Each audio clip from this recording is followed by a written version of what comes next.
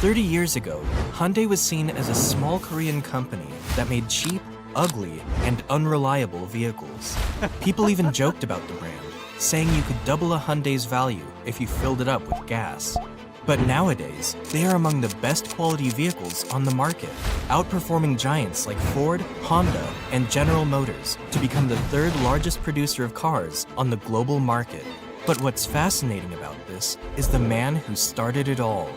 A farm boy who only wanted to escape from poverty, left home as a teenager, and embarked on a journey full of failures, misfortunes, and embarrassments. Despite the adversity, he went on to create the biggest company in South Korea, taking by storm not only the automobile industry, but also construction, shipbuilding, and so much more, turning himself into the richest man in South Korea. This is the rags to riches story of Hyundai and the man behind it, Chung Ju-yung.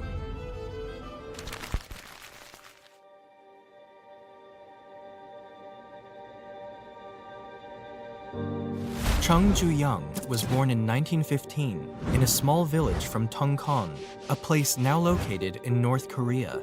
At the time, Korea was under harsh colonial rule from the Japanese Empire, and Chung was born into a very poor family due to the terrible economy and restrictive environment they lived in. While his family worked long hours on the farm just so they could afford to eat, Chung dreamed of becoming a school teacher. But as the oldest of 7 children, he had no choice but to drop out of school at age 14 and work alongside his father. From dawn to dusk, he planted and harvested rice by hand, raised the animals, and traveled from town to town selling firewood. But no matter how hard the family worked, they barely had enough food to eat, and one bad harvest would be enough to leave the family starving for months. Will I always be a farmer and never straighten my crooked back? Chung would ask himself. A farmer who will never be full for even a day? A life like this, to suffer like my toiling father. Is this all there is? Such thoughts haunted the young boy for years, who became tired and frustrated by the poverty he and his family had to endure, until eventually he had had enough.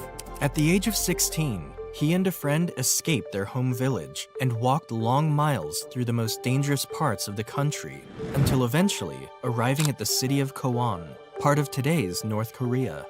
There, they found jobs as construction workers, and although they were getting paid very little, Chung was happy. He found it much better than the farm life, and was amused by the fact that he could earn his own money. But unfortunately, it didn't last for long. Only 2 months after his escape, his father found his whereabouts and brought him back to the village. But by then, it was too late. Chung had gotten a taste of the life he wanted, and there was no way he was settling for less. During the next 2 years, he would escape 2 more times to the city of Seoul, now capital of South Korea. But after each of these escapes, he was caught again and brought back by his father. You better not forget that you are just a farm boy who only finished the 6th grade, his father said to him. I hear Seoul is crawling with unemployed graduates, but who are you? A nobody, and a nobody like you isn't going to make it. Yet these words were not enough to stop the young boy, who, after watching the bad harvest strike the village and leave its people with no food prepared for the winter, decided to escape for the 4th and final time. And this is where the real journey begins.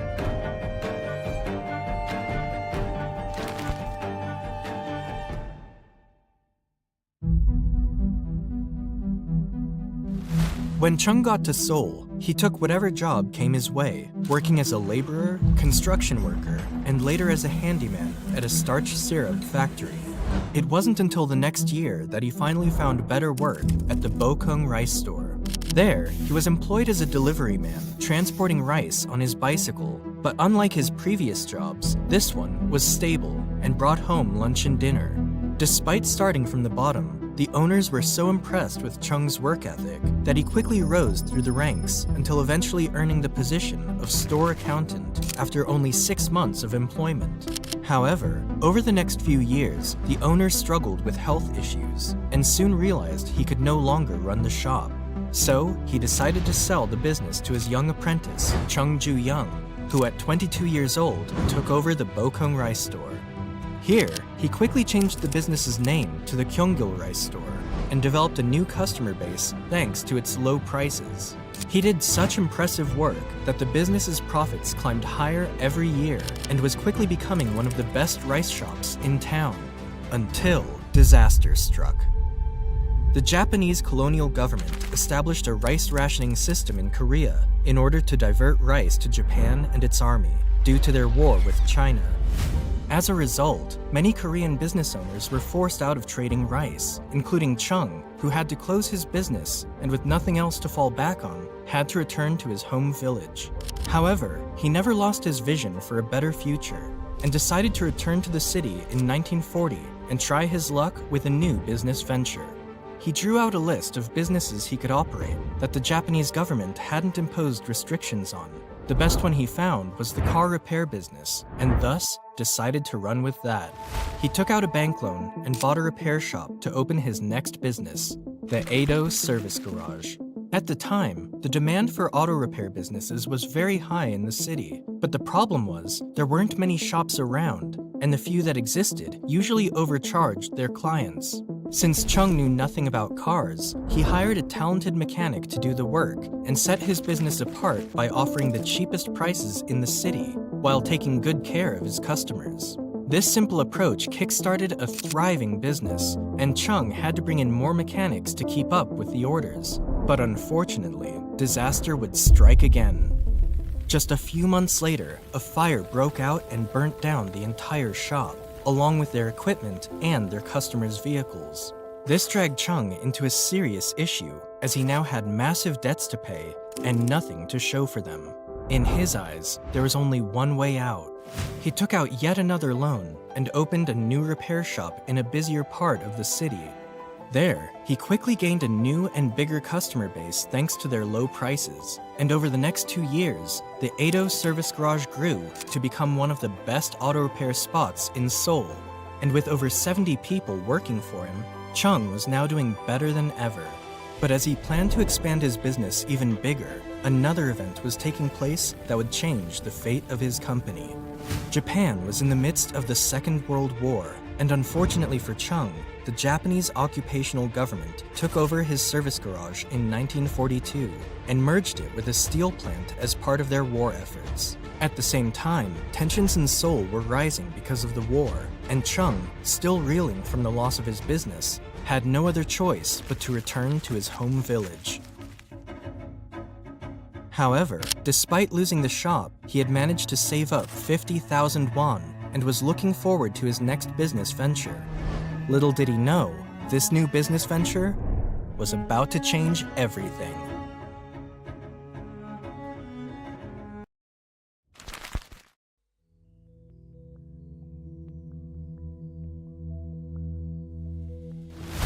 When the Second World War came to an end, Korea gained its independence from the Japanese Empire, and with no more government restrictions, Chung reopened his service garage in 1946. He called it the Hyundai Auto Service Center, which, in English, the word Hyundai means modern. They began by offering their services to Japanese jalopies and US military trucks. And by the end of that year, the business had grown so much that Chung's employee network nearly tripled from 30 to 80 people. He had once again put together a successful business and could finally operate without any disruptions from the Japanese government. By then, he had brought his family together to the newly established country of South Korea, where they all took part in the business alongside him. However, while Chung submitted contracts for 300 or 400,000 won for his auto repair services, he later witnessed a construction company receiving up to 10 million won per contract. He was amazed that someone could earn that much money from a single project, and as a result, he founded the Hyundai Construction Company in 1947. The company initially struggled, barely managing to get by, building US Army quarters, auxiliary sites, and repairing buildings. But by 1950, the Hyundai Company was finally making some great progress. But then,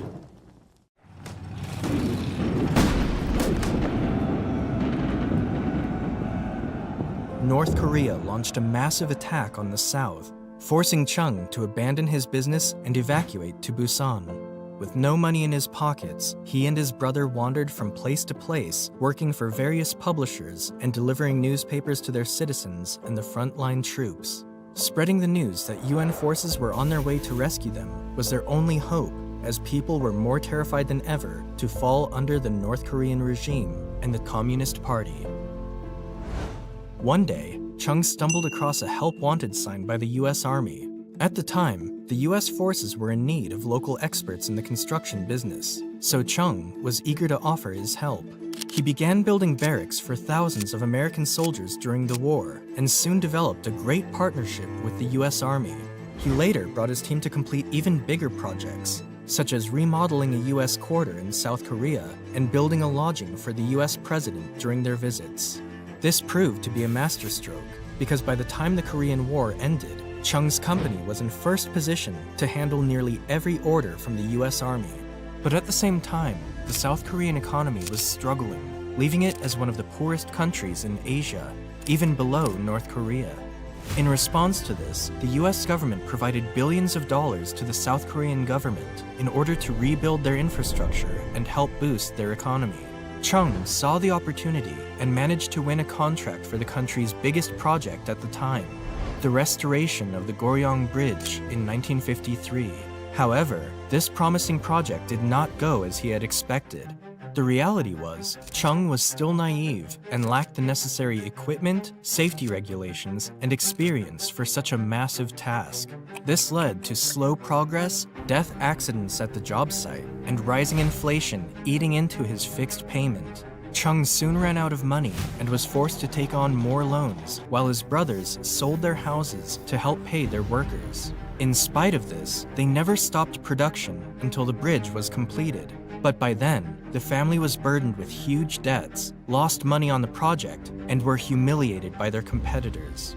What would a guy who only finished the 6th grade know about inflation? A dummy like him had it coming. He doesn't even know that long-term construction requires an installment contract. After seeing his brothers destitute, with no place to rent and living in small shacks, Chung Ju-yung felt deeply guilty for his family's struggles and financial hardship. He vowed right there and then that he would not only build a successful business for them, but create the biggest company in the entire country. I had no intention whatsoever of abandoning my business. I had failed because I was lacking and in need of more experience. However, I brushed it off and simply thought of it as an expensive lesson. Although the Goryeo Bridge was a total disaster, it also became the turning point in Hyundai's history. You see, Chung's company received a high credit score from the Ministry of Interior, which allowed him to receive loans much easier and help expand his business.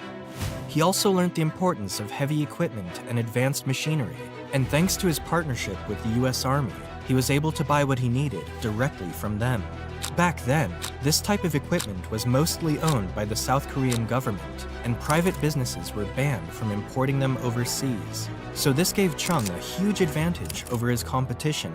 With this, the Hyundai company was able to make the cheapest bids and win countless restoration projects all across the country, building roads, bridges, dams, and buildings, turning Hyundai into one of the fastest growing companies in South Korea. But even with all the success, Chung was not satisfied with just playing domestically, and soon became the first in his country to take his construction business to the international stage. He bidded among the largest firms in the industry and managed to rake in several billion-dollar projects, such as the Jubail Industrial Harbor in Saudi Arabia and the Arab Shipbuilding and Repair Yard in Bahrain. This led his company to go from a failing business to a rising global conglomerate in a matter of 2 short decades. And his goal of building the biggest firm in South Korea came into reality in 1960. But in hindsight, this massive growth would have never occurred if the government didn't intervene. You see, Hyundai, along with other family-owned rising conglomerates, received special treatment from the governments, such as financial subsidies, loan guarantees, and even tax breaks if needed, in order to grow and diversify quickly. These chaebols, as they later became known, were the main forces behind South Korea's growing economy and benefited themselves immensely by helping the country rise into a highly developed nation. But of course, it has to be acknowledged that this special treatment was not just awarded for no reason. Chung Ju-yung simply worked incredibly hard, and his relentless growth was exactly what the government needed at the time. His do-or-die spirit got Hyundai involved in many other industries, including shipbuilding, store chains, electronics, and financial services. But there was one particular industry that Chung never lost sight of, the same business he once created but lost during the war, and that was none other than the automobile industry.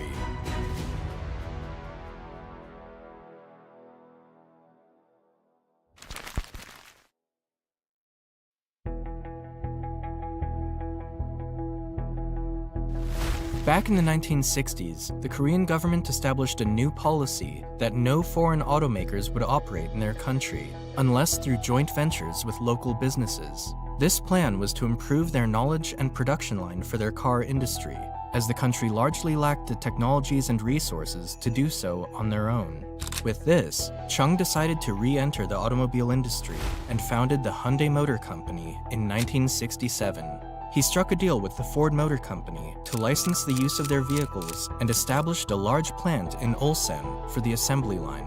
In under 6 months, the Hyundai factory was completed, and the first car rolled out from the factory floor, the Hyundai Cortina. The end product was no different than the Ford Cortina, a car built for the masses in Great Britain. And while the model was a huge success there, the Cortina turned out to be the complete opposite in South Korea. You see, these cars were built to drive on asphalt, but the poor road conditions of the country made the vehicle undrivable in most areas. As a result, the Cortina became a laughingstock in Korea, and people began to perceive them as useless cars. Customers stopped making their payments, and the demand for refunds spread all over the country. At the same time, the Hyundai factory was hit with severe flooding in September of 1969, with much of their equipment and car parts submerged under 4 feet of rainwater, while assembled Cortinas floated around inside the factory. To make it worse, rumors spread that Hyundai was now selling waterlogged vehicles, which further affected their sales and reputation, pushing the company to the brink of bankruptcy. But even with all these misfortunes, whenever people suggested to Chung that it was time to close the business, he'd snap back, saying, "I'd never take down a single Hyundai sign with my own hands.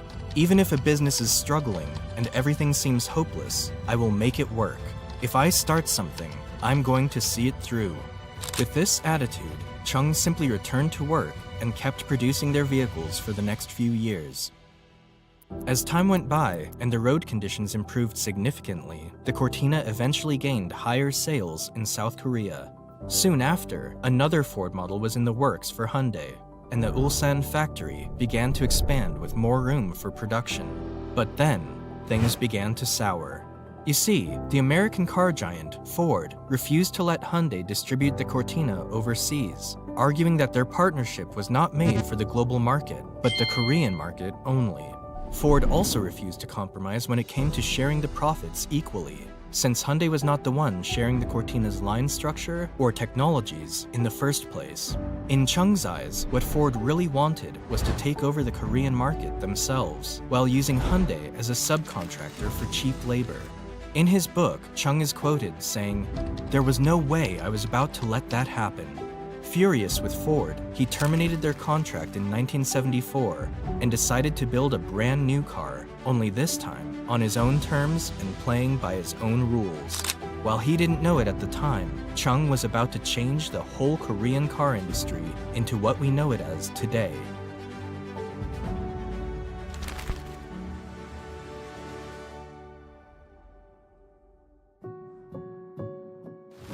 After terminating the contract with Ford, Chung immediately partnered with Mitsubishi for the use of their engines and rear axles, and hired a group of talented European engineers to help design their next vehicle, the Hyundai Pony. Suitable for unpaved roads and with a price tag of just $5,900, the Pony became an instant hit in South Korea, becoming the first mass-produced car in the country. It performed so well on their market that 4 out of every 10 cars sold in South Korea were ponies. With great confidence, Chung and his team began to expand their new model to the worldwide marketplace, where they sold fairly well and even became a best-selling vehicle in Canada. But in spite of the success, the Pony couldn't be launched in the biggest car market yet, the USA, due to its failure to meet the federal emissions standards. However, Chung wasn't going to let that stop him. In 1985, they released a new model to the public, the Hyundai Excel, which successfully passed the emissions standards, allowing Hyundai to finally break into the American car market. At just $4,995, it cost half the average price of a new car at the time, and during its very first year, Hyundai sold a staggering 168,000 Excels in the US market alone, and 1 million more worldwide. It was truly a major breakthrough for the Korean car industry, and Hyundai had finally positioned itself as a major car brand, but not exactly in the way Chung had envisioned. You see, the problem was that they still lagged behind in terms of quality and reliability, and the public only saw them as cheap Korean cars with barely any features. Along with the cars needing frequent repairs and earning a poor reputation for their brand, their sales were also plummeting, and Hyundai soon became the butt of jokes in America. At one point, people mocked their name, saying it stands for "Hope you understand, nothing's drivable and inexpensive." To turn itself around, Chung and his team worked tirelessly to bring the brightest talent and develop their own engines and car parts. By the 1990s, a series of new models followed suit, such as the Hyundai Accent, the Sonata, and the Elantra. And while these models initially struggled to take off, they eventually gained higher sales as they started catching up with the latest features. Hyundai went on to acquire Kia Motors in 1998, and this joint venture marked the beginning of a new era for Korean cars. Together, they invested heavily in the quality design and manufacturing process of their vehicles, and by 2004, they achieved the impossible, coming in tied with Honda as the second best initial brand quality in the industry, only behind Toyota. But even in spite of that achievement, Hyundai still struggled to shed their unfortunate past reputation in the public eye. However, Hyundai still had one more trick up their sleeve. To prove their quality, the company announced their 10-year, 100,000-mile warranty on all their vehicles sold in the US.